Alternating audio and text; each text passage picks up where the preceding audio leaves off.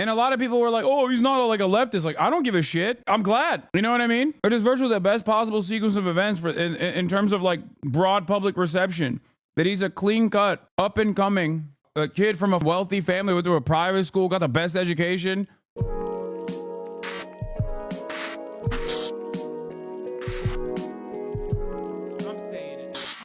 We are just learning fingerprint comparisons made between prints collected at the scene of the Brian Thompson murder compared with prints taken in the arrest process of Luigi Mangione show a positive match.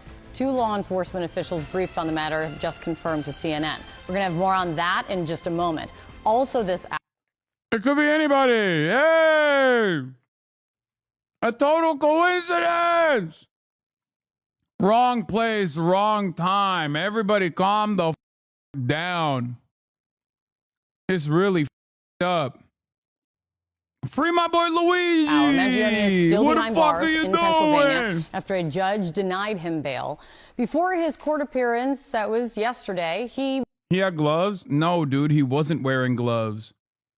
No, he quite literally was not wearing gloves. Some of you guys are... I can't tell if some of you guys are like memeing. They showed your edits on Fox last night.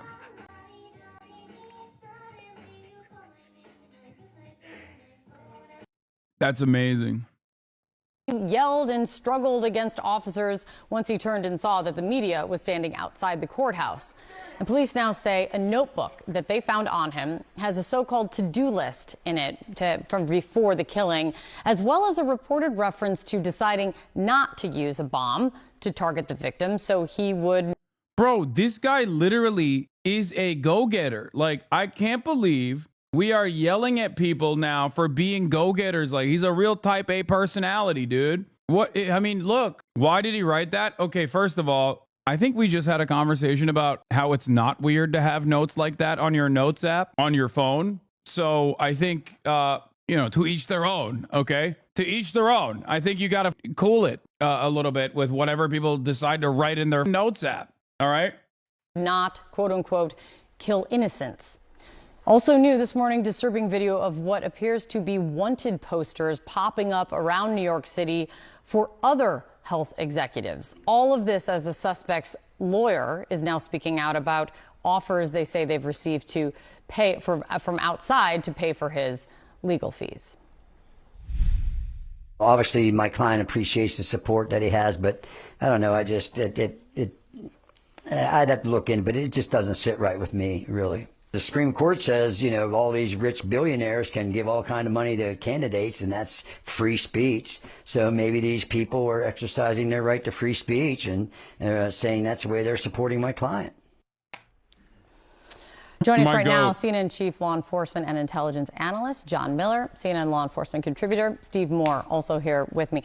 John, this is your new reporting, and this is a big deal. This is the first positive forensic match that we know of. Walk us through what you've learned.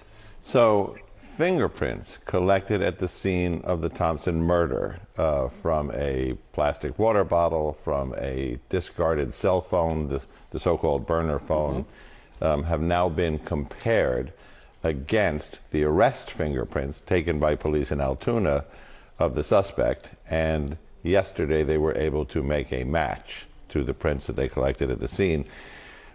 Not a surprise in some regard, in that they had an individual allegedly with a gun and a silencer and a mask and those things, but it is the first scientific forensic match that joins the growing pile of circumstantial evidence that they can say, well, how else would it be someone if that fingerprint is here and he's there with that gun and so on. Now, there's more, which is DNA evidence still pending, ballistic tests still pending. Part of that is because the gun was recovered in Pennsylvania. To match that to be the same gun, they would have to obtain it, fire it, test it, compare the shell casings and the bullets. But this is a big deal. It is a big deal because, you know, to this point, that could be one of the things that you could hear from the suspect's attorney saying, you don't know if this is the guy. This wasn't me. We talked about this, right? Like, you could say this isn't me, this guy with a mask and this, whatever. But this is I think there's something really funny about blurring the faces on the wanted posters of just like CEOs. It's publicly available information. Yeah, just go online. You can figure it out, okay? I know they're trying to delete this information. They're trying to delete the web pages where you can see like the corporate executives of publicly owned companies. But for the time being, you can just straight up see where it is. Now, why are they this worried about the safety and security of the CEOs?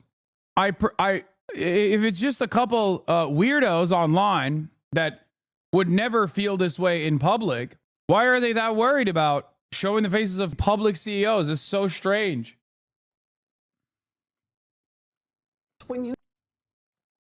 Elizabeth Warren actually had a pretty solid quote here on this. But yeah. Scientific connection, forensic connection between the two. Talk to me more about ballistics. Is it just a logistical kind of obstacle that needs to be overcome in order to get confirmation or not that the ballistics match, do you think? Or, you know, the gun is actually the charge that they are holding him on in Pennsylvania. So that evidence needs to stay with him because, you know, they are the ones who have him in custody, and he has not waived extradition, which basically says, I'm not going to New York, where they would then turn over all that evidence to New York City and then have them do those tests. But they understand, you know, they are in it for the long game. They don't need to know that tomorrow or the next day. And it gives them more time to do the background investigation they're still doing, which includes mundane things, but very necessary things like completing the video canvas, tightening up that map where they can show a picture of him almost through every step of his New York journey. I want to get to more of that, but Steve, let me bring you in on this. Just Creeps. the importance of what... Creeps. That's creepy. You don't have to do that. You should stop doing that right now. That's creepy. You know what I mean? That's just weird, man. That's weirdo behavior. Leave him alone. Leave him alone. Ew. There's a word for that. It's illegal. It's called stalking, okay? It's called stalking, chat. Is he going to get the life sentence? Bro, they're going to throw the book at this point. Okay? I'll just say it like this. There are a lot of conspiracies running rampant right now with like 285, the number. And as you guys know, I think like recognizing numerical patterns is a telltale sign of schizophrenia. I will say personally, or 286, sorry, not 285. I will say a lot of people are crazy. And that's it. What John Miller has learned about this fingerprint match. Yeah, as we've learned, something can look like a slam dunk case, but a lawyer can find just niches or cracks in any kind of strong case. And what they're doing now is filling up the cracks. They're eliminated any doubt before they go to trial that this is the person who committed this crime. He's already fighting. He's already shown what he's going to do. He's going to fight every single motion, even a perfunctory extradition motion. So he isn't. This is such a strange thing to say, by the way, because like, yeah, no shit. Yeah, he should. Everyone should. Like, I don't understand this idea. Like, even if you're dead to rights, even if they got you dead to rights, you still should. Why wouldn't you? The entire system is designed to allow you to get off on process. Like, that's the job of a lawyer. Yeah, it's called exercising your rights, you know?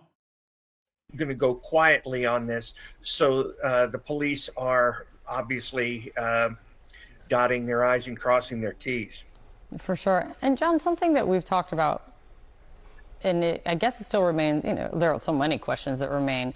And I'm wondering if this notebook that we're learning more about kind of adds to this picture is, how did this guy know that the CEO was going to be where he was going to be when he was? So, is that where the line of thinking is in investigating how we learn more about that? There are clues. I mean, you know it because you've been by there, but that New York Hilton Hotel takes up, you know, half of a full city block. It has doors all the way down 53rd Street and all the way down 54th Street, and a front door and a rear driveway. That's like 20 entrances you would have. Well, I mean, it's too big. It's big then. It's big. He could have just randomly touched a doorknob. You know what I mean? To cover to know where is this guy going to enter the hotel. But you would also have to know, what if he is going to enter from this side because I have learned he's staying at the hotel across the street. How would you know that? He gives us an oblique reference in the 3-page note that we've loosely called the manifesto, where he says, this wasn't that difficult. It was a combination of social engineering and computer-assisted design, an engineer term, CAD he referred to it as. But I think what he's telling us there on the social engineering side is, this is what people do when they create an email, a spoof email or a phone call saying, I have a delivery, where do I bring that, posing as somebody else. He's suggesting that he learned intelligence information on his target by doing that kind of thing. But then when you get out of the note and into the spiral notebook, and he acknowledges this in the note as well. He said, my electronics you're going to find are pretty locked down, but in the spiral notebook you'll see to-do lists and other notes. Some of those notes are theoretical notes about targeting and what is the just way to commit such a crime. He talks about Ted Kaczynski, the Unabomber, and how if he modeled after him, a bomb in a shareholders conference could kill innocent people. Same on the street. But he talks about. It is pretty crazy that every new information that I've heard about this guy it hasn't led me to hate him. You know what I mean? Like, he's clear-eyed. He's like, he has a decent conscience on the matter. He is demure. He's mindful. The media is doing a piss poor job of presenting him as like a bad dude, if that's their goal. Maybe this will. Is it the beer bottle one? Yeah, no, it won't. It makes him look cool as fuck. Innocent people at a shareholder conference? No, there are. No, it's an uncontrollable. It's a bomb is not controllable. Like, there are a lot of unknowns. You can cook it too hard. Like, you're not. Guys, why do you think I talked about the terrorism angle when talking about the exploding walkie-talkies? Because there are people that are going to be in the vicinity of your target that you have no control over. It's an uncontrolled environment. There can be secondary explosions. There can be random workers that are, innocent and just working in the room. Think about what happened with the beepers. So apparently Mangione, who the entire political establishment has been very willing to condemn, showed more restraint than a genocidal government that same establishment has unconditionally given billions of dollars to. Yeah. Shinzo Abe's killer came to the same conclusion. He was using a pipe bomb, but decided that was too risky, so he built the doohickey. Yeah. It's also almost impossible to get a bomb there. I don't think so. I mean, I think that if there's a will, there's a way. You know what I mean? I would have told you that it's impossible to time the CEO's morning walk up to the conference and figure out exactly which door he's going to come out of. But he was able to do that. I'm telling you. I mean, this is wild, but like, he very clearly was like, I don't want to kill like random people. I want some targets. About, shooting being the more precise way to take on his target. In one line he says, and what better way to take out the CEO than to shoot him at his own, quote, bean counters conference. Yep. An investor conference is exactly what you could say that is. Right. And Steve, what do you think? There's so much that is coming out. I mean, this reporting from John is most significant about the forensic that they're now positively IDing. What questions do you have that remain now, Steve, and where you would say, leaning on your experience with the FBI, where you think this investigation focuses a lot of its energy now? Well, we have to remember, just like Shabiba, all these CNN fucks are millionaires, are making 6 figures yearly. The producers who decide the angle, etc., all are part of the same class. It's not that simple. The shooter himself comes from a very wealthy family. I make more money than the average CNN anchor. There's a difference. They are tasked with undermining the truth. They are tasked with defending the established hierarchy. That's it. Like, she's not a capital owner. She's a wage laborer. Her job is, her job gives her a salaried wage. I think this is a matter of, this is more so a matter of like what you're tasked with. Defending capital in the interest of capital, in the interest of corporations, or even just the pre-existing social constructs, and deflecting the attention away from why people are angry is her primary concern. It's not necessarily her her net worth that causes her to feel this way. There are some who operate on that boundary. I think like the likes of Ben Shapiro or whatever. But it's really interesting to think because, like, I mean, Bill Burr, also rich. You know what I mean? Bill Burr is a rich guy. He gets it. I'm a well-off guy. I get it. I understand it. I think it's more so about being out of touch with the average person. Or rather, not necessarily being out of touch with the average person, but instead, like defending the preordained, pre-established hierarchies that you are tasked with defending. So your logic, if you're angry, it gives you the right to kill CEOs. Sick take. No, that's not what I'm saying at all. But I think the coverage of this the coverage of this so far from the media has been, the people are angry, but we don't understand why, and they shouldn't be angry. And even if they are, well, it's just like a marginal number of people that are angry. It's not actually the broader, the larger swaths of society. It's just like random lefties that are yelling. And while I don't think that killing a random healthcare CEO is going to be the solution, or that vigilante justice is good, I don't think that at all. I'm simply more interested in not just looking at this with like, well, murder isn't good. Like, I think that's a simple take. I think the more interesting analysis here is to recognize that that person is responsible for tens of thousands of deaths a year, and he gets paid to do that. And the invisibility of that death that is hidden under the way that our systems are designed is important to recognize. But because this kind of death and this kind of violence, this structural violence, is so pervasive that virtually every single American has at least one bad encounter with a healthcare provider, okay, with a healthcare insurance company, that they don't give a that this guy got killed.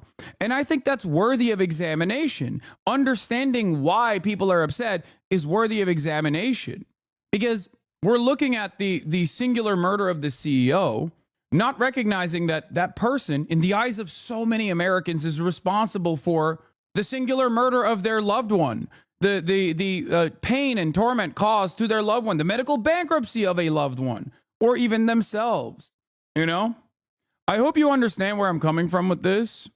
Instead of taking like the most blanket neurodivergent attitude, like, and being like, Hasan is saying it's awesome when someone is angry, they should be able to kill the person that has angered them. Do you get it? When my dad was dying in the hospital, his insurance refused to cover food for him. Every day I think about how hungry he must have been as he died. It keeps me up at night. He wasn't the CEO of Walmart. What do you mean? I mean, the CEO of Walmart is also responsible for a shit ton of awfulness. But I want to hear back from that chatter. I want to hear like what their response is to what I'm saying. But I think their goal in this circumstance was to simply vent and talk about how frustrated they are, perhaps because they have an immediate loved one who's an executive at a health insurance company or some shit, or maybe because they just cannot comprehend the argument that I'm making, or refuse to see it, and want to make it seem as though I'm saying something that is a straw man, something that is like easier to tackle, maybe bait a clip. I don't think they're a bot. They've been subscribed for months at this point. You've got a lot of the basic building blocks of this case already being nailed down. What I want to do is shore up the areas where you don't have direct knowledge yet, or at least they haven't said they have direct knowledge of the shooter's actions. For instance, before a shareholders conference like this, they're going to be setting up for about a week. They're going to do rehearsals and speeches and stuff. I would want to know where he was. We have cameras and everything on the day of shooting, but I'd like to see cameras around the entrances and find out whether Thompson did the same thing for several mornings, or whether maybe somebody in the hotel actually provided him information. I suspect he went a week early, and I suspect he was doing canvassing and surveillance that entire time. It's interesting when you talk about that, because that's the backward building of this video canvas. He comes in on the 24th. That's like 10 days before the actual shooting. And where they have tracked him is he comes out of the Port Authority bus terminal and does not go to check into the hostel where he's going to stay. He goes straight with all of his bags to the Hilton Hotel, and he starts doing those walkarounds. But they also have him in a McDonald's, which we now know, I guess, was his preference for hanging out. I was going to say his preferred stop along the way, for sure. John, thanks for running up and giving us the new reporting. Steve, thank you as always. It's good to see you. The suspect that is charged in the murder of United Healthcare CEO Brian Thompson, fighting extradition back here to New York. Luigi Mangione appeared in a Pennsylvania courtroom yesterday. You can see him shouting angrily as he entered the building. Law enforcement now focusing on alleged writings by Mangione for clues about a potential motive. We're going to speak to his lawyer in a moment, but first let's go to senior investigative correspondent Aaron Katursky outside the prison there in Pennsylvania with the latest for us. Good morning to you, Aaron. Good morning, Robin. The 26-year-old suspect is now being held at this prison without bail after fighting extradition. Can we talk about the difference in his popular reception because he's white? Like, if he was black or Latino dude from the hood, it would not be all received with this kind of energy. Obviously, we'll feel the same about him, but it's still low-key frustrating. I don't give a shit. I mean, you're not wrong, but it doesn't matter. You're looking at give horse in the mouth. Yeah, that's crazy. That's a crazy thing to bring up in this situation. That's not leftist. It's like, why did you add from the hood to that? That's what he said, did he not? You think I randomly added from the hood? One must ask the question, why you thought I added that instead of reading it out right? No, don't say you meant him now after you said, oh. How is it crazy? No, he's saying me. It's crazy because the point of this is this is a moment of like weird class transcendence in the way that people are interpreting the situation. And you're being an annoying radlib about it, straight up. Like in a very unique moment where you got like people on the right straight up being like, yeah, no, this is like, I'm not angry about this at all because I've experienced something similar. You go, oh, what if in a hypothetical he was black? Everyone would hate the guy. Yeah, okay, sure. Who gives a shut the up? You know what I mean? Like, you're right. You're not wrong, but there's no reason to bring this up. It comes across as like wrecker behavior. You know what I mean? You're not making a unique or profound point. And a lot of people were like, oh, he's not like a leftist. Like, I don't give a shit. I'm glad. You know what I mean? Like, y'all are crazy. Who cares? It is virtually the best possible sequence of events in terms of like broad public reception.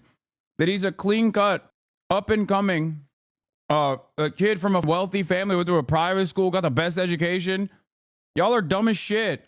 Stop fantasizing about like alternative scenarios in your mind to make this seem like somehow it's it's bad that people feel this way or are open and cognizant of their anger. What is this? His ass is getting cooked in his own house. This guy, so many people here think that he has good policy ideas. He's making a complete straw man in order to defend the U.S. insurance system. Okay.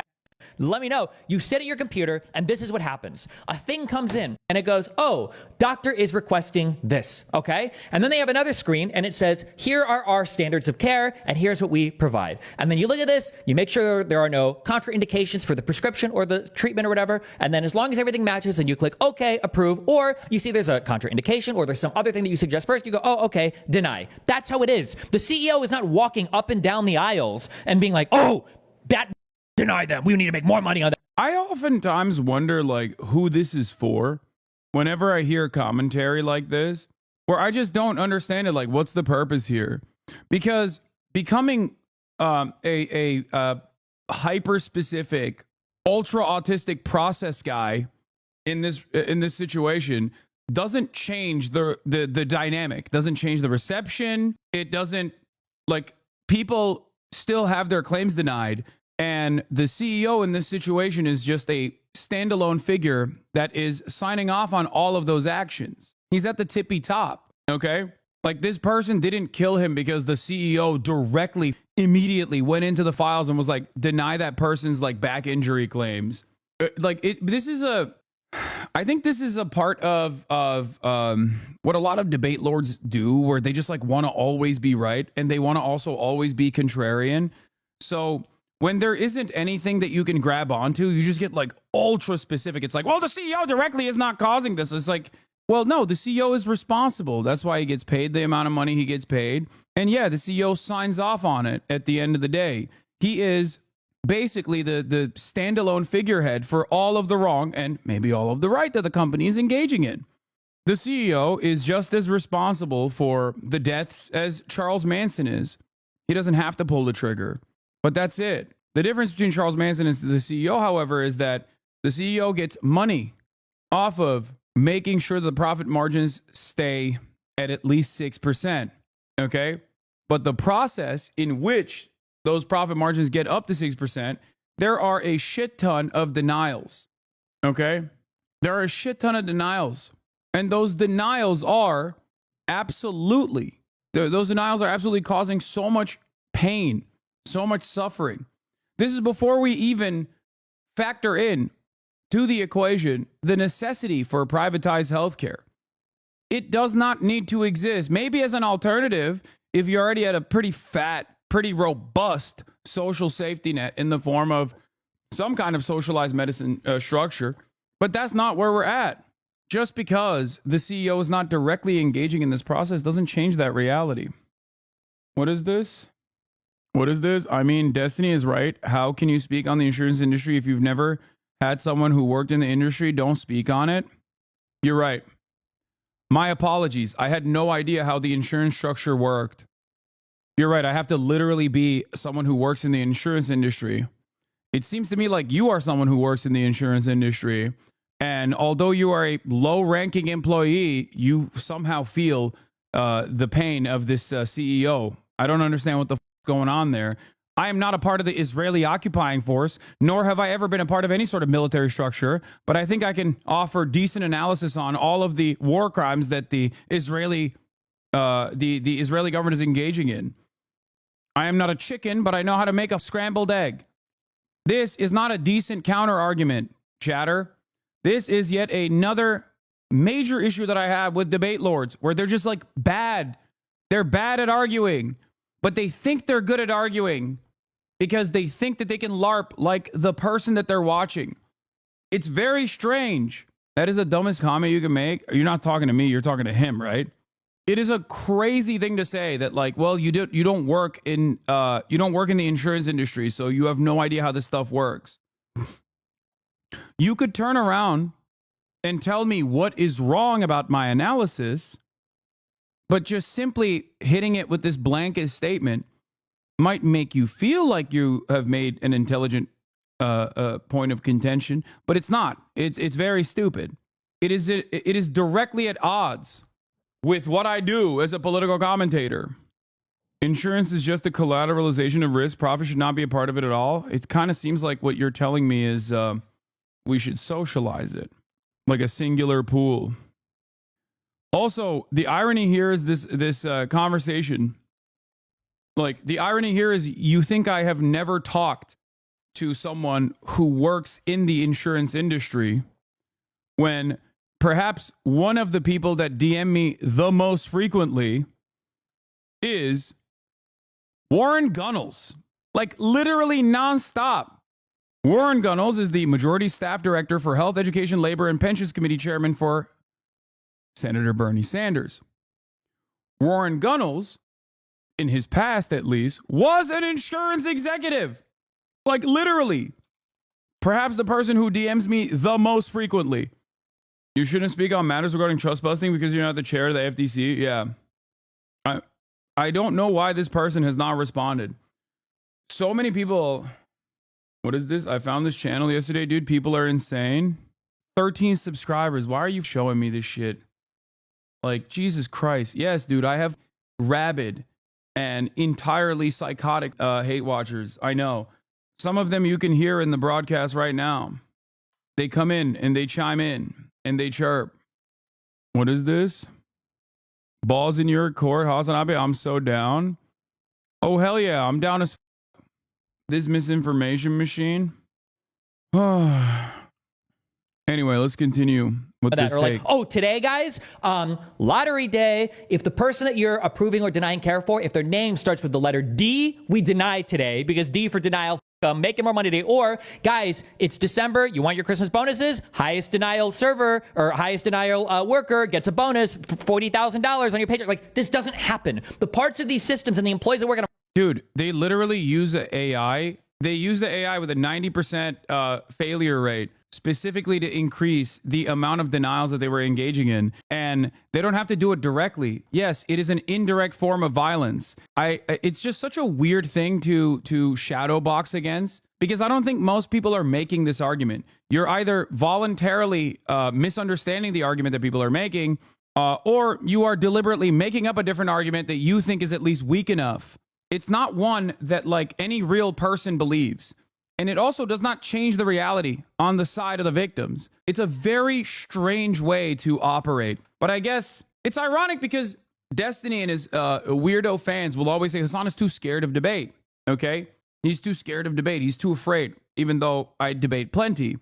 And then they'll follow up and say, no, he only talks to like dumbasses in his chat, which is ironic because he's calling his own fan base dumbasses, because most of those people that chirp at me are usually coming from his fan base. But having said that, at least I'm like responding to a real person in my chat. He's just making this concept up, or rather responding to, like, again, someone that he saw on Twitter, like a point that they made that he didn't fully understand. The real purpose here, in my opinion, the real purpose here is to try to address what the actual pressure point is. Okay? It also is pretty crazy.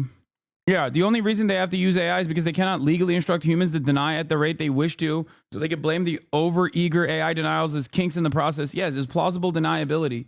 That's all this is. And it's ironic because the other institution that he defends vociferously, Israel, also utilizes a similar structure in the form of lavender AI targeting systems, according to Israeli investigative reporters over at Local Call and 972 magazine. The lavender AI targeting system operates in an identical capacity. Most of the AI that is utilized in this day and age is not to actually be correct. It's actually utilized in instances where you can be incorrect, and it's good to be incorrect. Lavender AI targeting systems that create new targets at a rate that is far higher than normal human processing is done deliberately. It's done deliberately because Israel does not care about killing random civilians. This way, they also get an additional way to say, look, we didn't choose to do this. I guess we got it a little wrong. Oopsie. Are so disconnected from the actual CEOs themselves. The idea that there's like some guy just like, oh, deny you, blah, blah, blah. Like, it's just not how these jobs work. Who's saying that?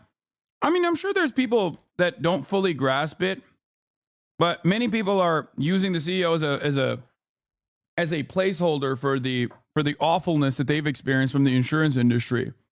And I think the reality of the matter is, yes, the CEO is signing off on all of the awful shit that the company is doing. That's why they get paid $10 million a year. This CEO did, at least.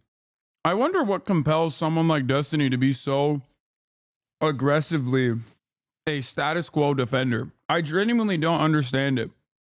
There was a point in time when he wasn't rich. You know what I mean? It's not like he's super far removed from being broke. He has no values or morals or ethics. He goes with a win. Yeah, no.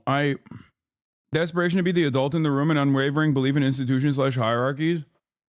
I know, but like, this isn't an adult-like attitude to have. This is actually an idealistic attitude to have. I'll explain. the American healthcare structure, the American for-profit healthcare structure is fundamentally busted, okay? It's the most expensive and it has some of the shittiest outcomes. It is not a system that needs to exist at all, but even in comparable countries where there are some at least like gap covering private healthcare providers, they're still heavily regulated. They're far cheaper overall. It's a shitty mediator that does not need to exist, especially in the United States of America. It would be far cheaper to the American public if we had abolished it in its entirety.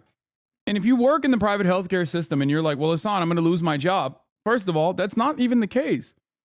Unless you are quite literally a CEO, you are most likely not in a replaceable position. You are ironically doing something that the government is still going to have to do, depending on whichever way we change the healthcare structure to be more ethical, or rather, I'll use a term that people care about, efficient. CEOs are replaceable too. Yes, they are. Trust me, I know. I'm just saying that like CEOs in that situation would most likely not exist, whereas the paper pushers still would. Someone still needs to process claims. Someone still needs to file paperwork.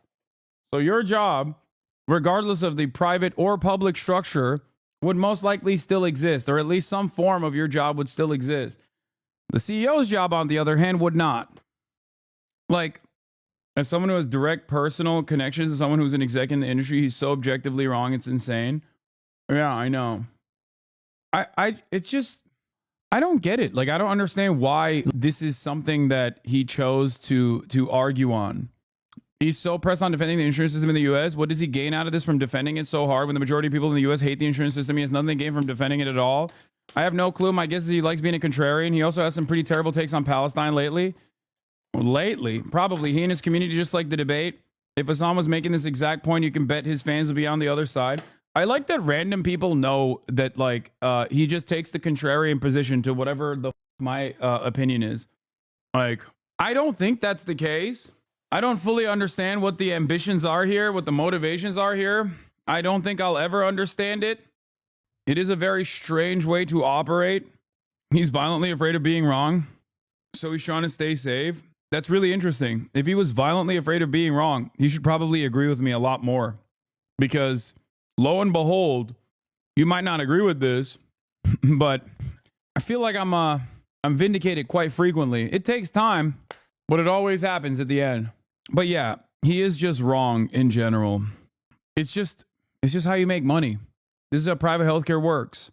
They make money by doing everything in their physical power to make sure you don't get the proper coverage. Anyway, I've seen his fan claim he earned millions a month on Twitch only. That she made me laugh. Yeah, they also claim that my dad is a billionaire because they saw some AI articles. That, like I said, being pro-Israel after October 7, once again, you're just going to always have to hold that permanent L. You might, over time, try to restructure your opinion, but you're holding that permanent fucking L. And that's not the only, that's not the only L that Destiny has held. I mean, he's held other things too. Potentially the hand of a Nazi and maybe some other stuff from a neo-Nazi, but I don't know. Something that I always try to explain. You mean they made AI articles? Yeah, I don't know. But I mean, it's so stupid. You want to know why it's stupid? Because if my dad was a billionaire, like those AI articles suggest he is, he would literally be on every list. He'd be the second, third, fourth wealthiest person in the country, in Turkey. Okay? He would be on lists. And it's really interesting that no one even exercises a little bit of critical thinking because they're so invested. Here's the meta-analysis. Here's the meta-conversation. Okay? When you get very passionate, and we do this in this stream as well, I urge you sometimes, when something seems so perfect, when something sounds so good, my immediate reaction to it is like, I'm going to exercise caution. Certain things are too good to be true. Socialist with a billionaire father. Sounds like something that might be too good to be true. Now, I am my own person. So regardless of my father's opinions, beliefs, or financial status, that still wouldn't really matter in this conversation, but at least it would matter for the memes, right? And what these people should do is maybe engage in a little bit of critical thinking, but they can't because they're so excited. They're so excited and so invested, right? That they don't realize that this causes many people to lose sight of that muscle that you normally are supposed to exercise, the critical thinking muscle. That's the problem. Okay? So these people who are very invested, in like finding the truth, and the best possible way to find the truth is through spirited debate, like they end up shutting off certain parts of their minds that under normal circumstances would cause them to be a little bit more critical with certain narratives that sound too good to be true. Okay? That's it. This is something that I talked to with Ta-Nehisi Coates about yesterday. With regards, the topic was in regards to Israel, but like, there's only so much that you can be wrong on until you just are wrong all the time and you are no longer interested in the truth whatsoever, and you find yourself seeking out conspiracies further and further, okay? And you become like a QAnon supporter, basically. Or after the fourth time, you're like, okay, instead of spiraling out of control and seeping further and further into madness, I should exercise a little bit of caution and really reconsider some of my first principles, some of my immediate lapses of judgment. That is the problem. And I think a lot of the debate space in general is so hyper focused on being right and or at least like appearing right and defeating and humiliating your interlocutors in the marketplace of ideas that you just have no interest in finding out the truth at all. And slowly but surely, you go further and further into trafficking in falsehoods. Because as long as your in-group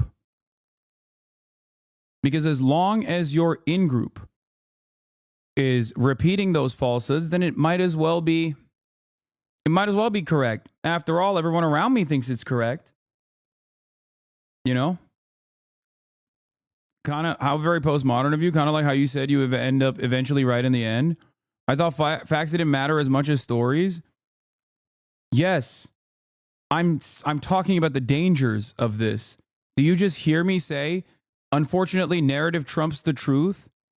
Unfortunately, narrative is more important than the facts. And you think, oh, he believes this?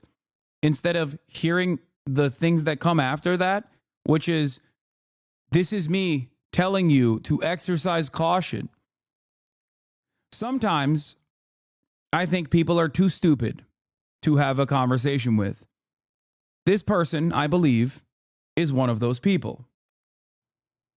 People go into, it's really, really interesting that people go into the debate space because they want to repeat what they think are intellectually sound arguments. Everyone wants to be smart. People in this community do it. I do it as well, okay? Everyone wants to be smart. Everyone knows that maybe they're not that smart, but at least they want to appear smart, okay? Now, I recognize I'm a dumbass, and I repeat it. I repeat that fact all the time. People in this community do it. People in Destiny's community do it. Everyone does it. People that read New York Times articles do it as well. Everybody does it. But the problem is, when people are so predisposed with appearing smart and repeating a person's takes that has consistently been wrong, they don't realize that, you know, they're not coming across as intelligent at all. Maybe rhetorically you can bully your interlocutor in that moment, okay? But you're still wrong. You're just confidently and loudly and proudly wrong. That's it. The difference is, I think I'm at least smart enough to understand that I don't know everything. And shouting those fighting words that officials now fear could be considered a call to action. An outburst from Luigi Mangione, shackled and handcuffed as he was dragged into court. And they're completely out of touch and it's an insult to the intelligence of the American people. It's nothing fair. Sheriff's deputies wrestling him inside. He refused to waive extradition to New York, where he's charged with murdering United Healthcare CEO Brian Thompson. When I entered my appearance, and for the record, he's pleading not guilty to those. And I've seen zero evidence at this point. The judge denied bail. Mangione kept quiet as he left court, head down. He's a threat to no one, but this morning the NYPD is alarmed by these posters outside the New York Stock Exchange. Chatter in here offline got mad at me for saying all you're doing is picking and sucking a chicken out of your teeth, and then talked about you having an abscess in your nerves or something, and said out of nowhere how I don't think ticks are valid. Wait, what? What is an abscess in my nerves? What? Exchange and social media posts suggesting Mangione is a martyr. We do a lot of work in the online space. As part of that, yeah, they're blurring the face of the CEOs. I don't know why. We'll surge resources, protective resources around the city wherever we need to when we're anticipating and dealing with a big uptick in threats. In a confidential assessment obtained by ABC News, the NYPD says Mangione considered Thompson's murder a symbolic takedown of United Healthcare over perceived corruption, adding the suspect likely views himself as a hero of sorts who has finally decided to act upon such injustices. A copy of the suspect's alleged writings said United Healthcare was among corporations that have simply gotten too powerful, and these parasites simply had it coming. Mangione also referenced a spiral notebook that sources tell ABC News contained writings about the Unabomber, but how Mangione thought explosives could kill innocent people.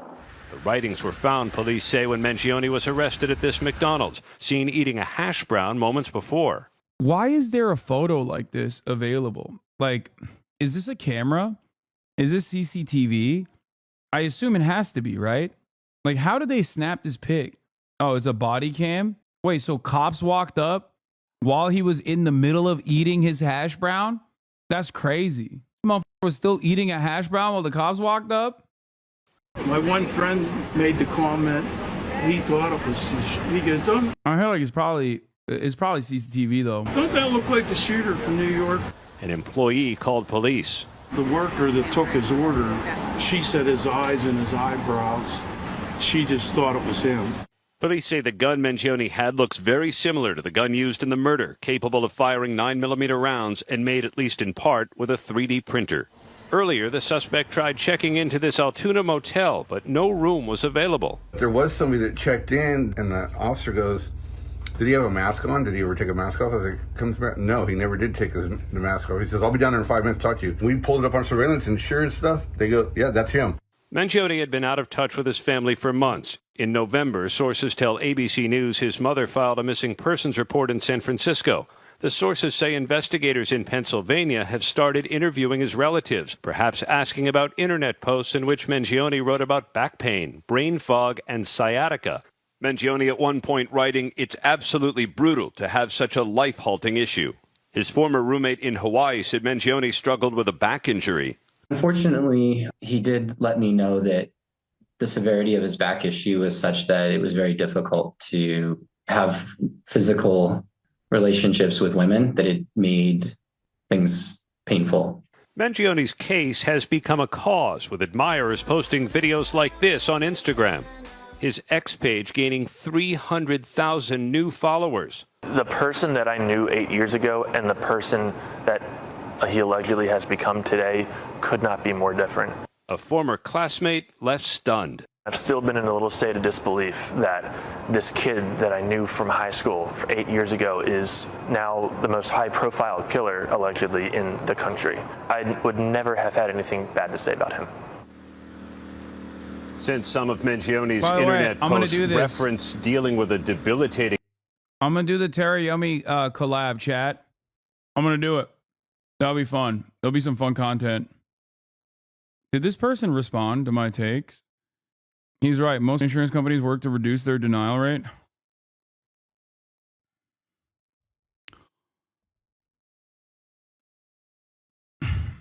Damn.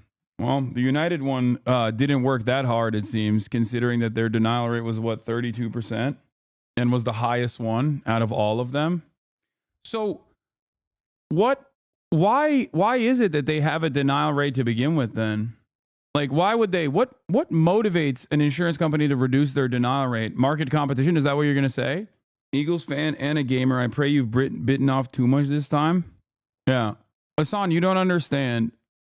The multi-billion-dollar company that works with $500 billion in revenue, that generates $500 billion in revenue, that has a 6% profit margin, which amounts to around $33 billion. That company actually doesn't want to make that. It's just forced to make that $33 billion in pure profit. You don't understand. United Health CEO faces backlash after leaked video defense stopping unnecessary care. Yeah, unnecessary care. Dude, people are using too much healthcare in this country. Okay? Too much. Too much of everything is bad. Including too much of anything is bad, you know? Including too much healthcare. You don't understand. Like chemotherapy. United CEO Andrew Whitty just sent a memo to staff, leaked to me, hailing late CEO as one of the good guys who had a profoundly positive impact on the lives of so many people. Whitty adds, he was certainly one of the smartest guys. I think he was one of the best guys. Staff are frustrated with how tone deaf the response has been. Yeah, too much healthcare is irresponsible. Too much profits, on the other hand, not irresponsible. Yeah, also, under Brian Thompson's reign, the denial rate went up. I don't know if these are the correct numbers, but I'm pretty sure they went up. So, unforeseen healthcare bills and coverage denials by health insurance in the United States by the Commonwealth Fund show that some doctors are incentivized to deny care using a click and close policy, which promotes bonuses based on the quantity of cases reviewed and hence incentivizes speedy reviews. I mean, the automated AI process in this should tell you everything you need to know. Please, I work in the field. Look at my messages. There are built-in rejections that they simply hope revenue teams don't catch and then resend. They usually get paid the second time around in my experience. I work in government healthcare, and we've seen firsthand how claims would be denied even when there was nothing wrong with them. We'd send them back, and suddenly they'd be fixed. The system relies on the assumption that most companies won't double-check. So they just pass the cost on to the patient. They get away with it by claiming they reevaluated the claim. In reality, they're incentivized to deny claims. Yeah. I mean, so many aspects of this. So many aspects of this is just like, is willingly making this process as complicated as possible and creating unnecessary hurdles that must not exist with the hopes that people don't actually turn around and fix it. And then they're left with the cost. They're left footing the bill. And for the record, you can still turn a profit without these silly moves, you know? That's the worst part about this process is that, like, yes, profit margins do have a tendency to, or profit rates do have a tendency to decline. But having said that, you could still manage like some level of profit even under a capitalist structure. The issue is it's never enough. You have to consistently up the ante. You have to consistently churn out more and more profit. And that's precisely why there are so many, like millions of different ways in which these companies make everything shittier. The problem is twofold. On the victim side, on the recipient side, when it's more difficult, you end up sometimes just refusing to take the care on at all, knowing full well that you will get denied, and then you die. You just decide to take the L. Some people decide to kill themselves. Others take the coverage and then are saddled with lifelong medical debt when the denial comes in. There are a million different stories like this. This is precisely the reason why there is so much anger towards both the systems and also the CEOs. Because the second part of the story is when you add these unnecessary hurdles that are specifically designed to improve profit margins for your shareholders, you get rewarded for it as the CEO. So the notion that the CEO is actually not responsible for this is idiotic because they're getting paid for it. They're directly being paid for it. They're being paid to hire the exact right guys that find new and creative ways of making this process more costly to the consumer. And what's really interesting about it is that if you yourself are not a healthcare CEO or a healthcare executive or someone who has like a tremendous amount of stocks, you know, if you're like a board of trustees guy for a big healthcare industry company, why the like you're infinitely more likely to be over by the healthcare system. Why would you ever defend this? It makes no sense. As a pharmacist who worked in retail, hospital, government, trade org, and now pharma industry, I can guarantee you it doesn't even matter the frequency of denials. It's even more critical and excruciatingly frustrating what they deny. Formularies are the lists of what gets covered and for how much. Formulary reform would be a temporary solution. Universal health care would be ideal. And for the record, this process is why healthcare is so costly in this country, because there's an unnecessary middleman who is not interested in lowering the cost at all, but actually carrying over whatever it can back to the consumer. As mediators, they do not argue against the pharmaceutical corporations. Sometimes they own the pharmaceutical corporations. So then they're doubling on the profits on the pharmaceutical side as well. Every aspect of for-profit healthcare is completely busted in this country. And the proof is in the data. That is precisely why the likes of Ben Shapiro and many other charlatans that try to defend this unjustifiable, parasitic system of for-profit care can only point to like random cherry-pick stats like America's #1 in brain cancer treatments. Okay, great. Look at our life expectancy, which of course is there's a multitude of different factors that factor into this this number being so low in comparison to other OECD nations. But it's ridiculous that these people that are supposed to be facts-based, these people that are supposed to not care about the feelings, these people that are supposed to be logical thinkers, intellectual giants like Ben Shapiro or even Destiny, refuse to understand the broader picture. Now, with Ben Shapiro, I understand why he refused to reckon with the broader picture. His job requires him not to. He has to defend the structures. He has to defend capitalism. But for a contrarian weirdo like Destiny, it is always shocking when he just chooses some of these battles. But I guess he does it because he wants to be a perma-contrarian. And also on top of that, he likes taking like hard to defend positions and seeing if he can defend these hard to defend positions. Sorry. To be clear, insurance companies do not own pharmaceutical manufacturers. Those entities are directly oppositional, but insurance companies do own pharmacies. Sorry. Pharmacy benefit managers and other healthcare services, thus creating a monopoly. Someone is saying the AR loyals got deleted. I will admit that is a pretty solid first step in the right direction for Aiden Ross. If he truly deleted his comms, his Twitter comm, that is one, a major W for everyone in this space. Okay. For those of you who don't know, AR Loyals is Aiden Ross's Twitter community. It is infested with the most freak-like Nazis out there. It was. He already did that a year ago. They reformed very quickly somewhere else. They're like chemo-resistant cancer. They are very similar to They're very similar to two other content creators. One who still operates and weaponizes his community, Diddy G. The other who, I don't even know what has happened, but it's like super old school, Ice Poseidon. Yeah, it was one of the largest. Aiden Ross released the largest streamer community on X for the second time this year. Fans are speculating this is a major move to get Aiden unbanned on Twitch. Yeah, I think he wants to get unbanned on Twitch because he has nowhere else to go because he voluntarily left Kick. I don't know why. I don't know if he's actually mentioned why, but I mean this is a good thing in general. You said Diddy G, yeah, I'm talking about DGG, but I call him Diddy, like for P Diddy. But yeah, I said that Aiden Ross, the first step would be for him to purge his community if he wants to reform. He did not voluntarily leave Kick. Aiden rigged bets on 2K2 on stake. I don't know what that is. I don't know what that means. I don't want to know. I like that it still has the stake logo, by the way. That's so funny. What's good? What's good? Here, the bag is over here.